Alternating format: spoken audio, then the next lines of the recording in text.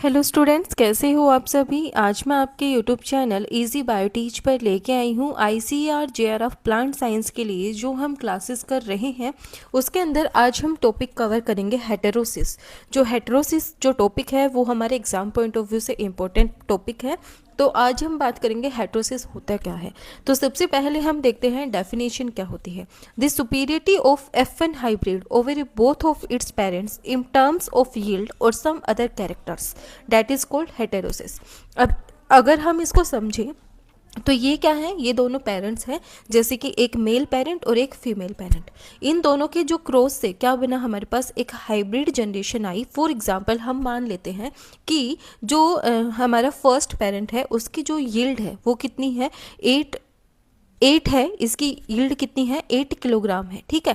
और जो सेकंड वाला जो प्लांट है, मतलब प्लांट के केस में हम यहाँ पे देखते हैं तो इसकी यील्ड कितनी है, हम यहाँ पे मान लेते हैं 9 किलोग्राम इसकी क्या है, यील्ड है, ठीक है। तो यहाँ पे जो हाइब्रिड बनेगा उसकी यील्ड कितनी होगी, यहाँ पे 10 किलोग्राम तक इसकी यील्ड होगी, तो वो क्या है, हाइब्रिड है।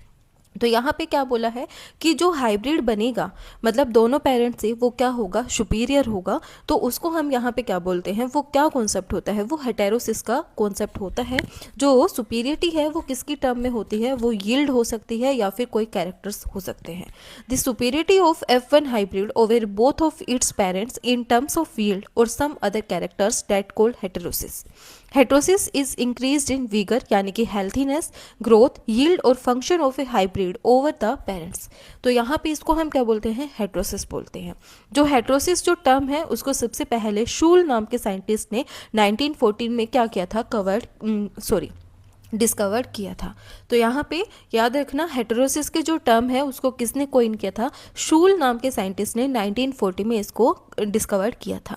But in some cases hybrid में be inferior to the weaker parent, this is also regards as heterosis.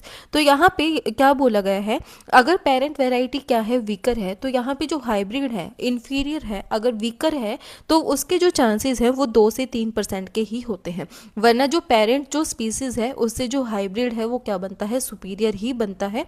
तो यहाँ पे याद रखना, अगर यहाँ पे अगर हाइब्रिड भी वीकर है तो वो सिर्फ 2 से 3% तक चांसेस होते हैं, नहीं तो अदरवाइज यहाँ पे जो हाइब्रिड हमारा बनता है वो क्या होता है, सुपीरियर होता है as compare to their parents.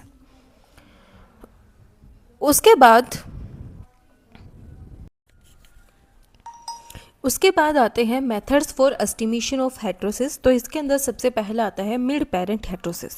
तो अब मिड पेरेंट हेटेरोसिस में क्या होता है, when the heterosis is estimated over the mid parent that the mean value और average value of the two parents is known as mid parent heterosis.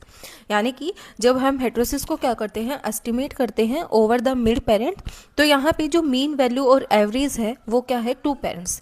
Mean value और average of the two parents उसको हम क्या बोलते हैं, mid parent heterosis बोलते हैं। इसको हम क्या बोलते हैं, एवरेज हेटेरोसिस और रिलेटिव हेटेरोसिस भी बोलते हैं। इसको हम कैलकुलेट करते हैं by using the formula F1 minus mid parent upon mid parent into 100। इससे हम इसको क्या करते हैं, मेजर करते हैं। तो यहाँ पे जो F1 है वो क्या है, मीन है किसका, F1 and mid parent is the mean of the two parents. तो यहाँ पे F1 किसका मीन है, F1 का है, और जो मिड पेरेंट है वो किसका है, mean of the two parents का, ठीक है। अब यहाँ पे हमने क्या ले लिए, 2 पेरेंट्स ले लिए, एक मेल पेरेंट और एक फीमेल पेरेंट। तो जो मेल पेरेंट है उसकी हाइट कितनी है, 10 मीटर है हाइट के अंदर, और जो फीमेल पेरेंट है उसकी हाइट है 8 मीटर। तो जब यहाँ पे हाइब्रिड बनेगा तो उसकी हाइट हमें कितनी मिलेगी, 9 मीटर मिलेगी। तो यहाँ पे ये क्या है, मिड पेरेंट हेटेरोसिस है, यानी कि हमें दोनों के बीच की क्या मिली है, हाइट मिली है। तो ये क्या है, मिड पेरेंट हेटेरोसिस है। फिर आता है बेटर पेरेंट हेटेरोसिस। तो यहाँ पे जो हेटेरोसिस है उसको हम एस्टिमेट करते हैं ओवर ए बेटर पेरेंट, उसको हम क्या बोलते हैं, बेटर पेरेंट हेटेरोसिस बोलते हैं। इसको हम हेटेरोबैल्टियोसिस भी बोलते हैं, जिसको हम कैलकुलेट करते हैं by using the formula F1 minus better parent upon better parent into 100। तो यहाँ पे जो ये टर्म है हेटेरोबैल्टियोसिस, इसको सबसे पहले बिटजर एट ओल नाम के साइंटिस्ट ने यूज़ किया था इन 1968, और इन्होंने क्या किया था, डिस्क्राइब किया था improvement of heterozygote over a better parent of the cross. फिर आता है स्टैंडर्ड हेट्रोसिस। तो यहाँ पे जो स्टैंडर्ड हेट्रोसिस है उससे हम क्या समझते हैं, जो सुपीरियरिटी है F1 की over the standard commercial check variety. तो यहाँ पे वो क्या है, स्टैंडर्ड हेट्रोसिस है। तो ये जो स्टैंडर्ड हेट्रोसिस है इसको हम क्या बोलते हैं, इकोनॉमिक हेट्रोसिस या फिर यूजफुल हेट्रोसिस भी बोलते हैं। इसको हम by the help of formula calculate करते हैं, F1 minus check variety upon check variety into 100। तो जो हेट्रोसिस है वो क्या करता है, leads to increase in yield, reproductive yield, disease and insect resistance, general vigor and quality। तो हेट्रोसिस से क्या होता है, yield के अंदर इंक्रीज होता है, रिप्रोडक्टिव yield इंक्रीज होती है, डिजीज और इंसेक्ट क्या होते हैं, रेजिस्टेंस बनते हैं, और जो vigor और जो क्वालिटी है वो क्या होते हैं, यहाँ पे इंक्रीज हो जाते हैं।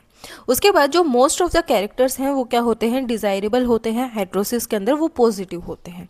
ठीक है, तो यहाँ पे फिर यहाँ पे बोला गया है बट फॉर सम कैरेक्टर्स जैसे कि earliness, height, cereals and toxic substance are negative heterosis. तो यहाँ पे हम देखते हैं एक टोलेस्ट प्लांट है, उसकी हाइट 16 सेंटीमीटर है। तो यहाँ पे हमने दो प्लांट लिए, एक 10 मीटर का है, एक 12 मीटर का है। तो यहाँ पे हाइब्रिड बना वो हमारा क्या आया, 18 मीटर का आया। तो ये जो हाइब्रिड है ये क्या बन गया, इन दोनों से सुपीरियर बन गया। अब यहाँ पे देखते हैं इफेक्ट ऑफ हेट्रोसिस। तो हेट्रोसिस के अंदर क्या हुआ, जो यील्ड है वो इंक्रीज होगी, रिप्रोडक्टिव एबिलिटी है वो भी इंक्रीज होगी, जो साइज है वो भी क्या हो गया, इंक्रीज हो गया, क्वालिटी है वो बेटर होगी, और जो फ्लोवरिंग और मैच्योरिटी है वो क्या होगी, अर्लियर हो गई, यानी कि जल्दी आ गई। उसके बाद greater resistant to disease and pest, greater adaptability, faster growth rate, increase in number of plants. उसके बाद use of heterosis in plant breeding techniques. तो जो हेट्रोसिस है उसको हम एक्सप्लोइट करते हैं through the development of hybrid. तो ये इसको हम कमर्शियली क्या करते हैं, एक्सप्लोइटेड करते हैं seed production of cross pollinated crop जैसे कि जवार, बाजरा, मेज, सम सेल्फ पोलिनेटेड स्पीसीज जैसे कि राइस, व्हीट और टमाटो के अंदर। एग्जाम्पल हम देखें तो यहाँ पे हमने एक क्या ले लिए, टोलेस्ट पेरेंट ले लिए, एक हमने स्मॉल पेरेंट ले लिया। ठीक है, जब हमने इसका हाइब्रिड बनाया तो हमारे पास क्या बना, एक हमारे पास कैपिटल ए आया और एक हमारे पास स्मॉल ए आया। ये हमारा क्या बन गया, F1 बन गया। और यहाँ पे हमने क्या किया, इन दोनों का मतलब वही सेम हमने ले लिए, तो यहाँ पे क्या बने, हेट्रोसिस ऑफस्प्रिंग हमारे पास बन गए। ठीक है, तो ये क्या है, हमारा हेट्रोसिस का टॉपिक है जो कि JRF प्लांट साइंस के लिए इंपॉर्टेंट है। वीडियो पसंद आए तो please like, share and subscribe जरूर करना। Thank you.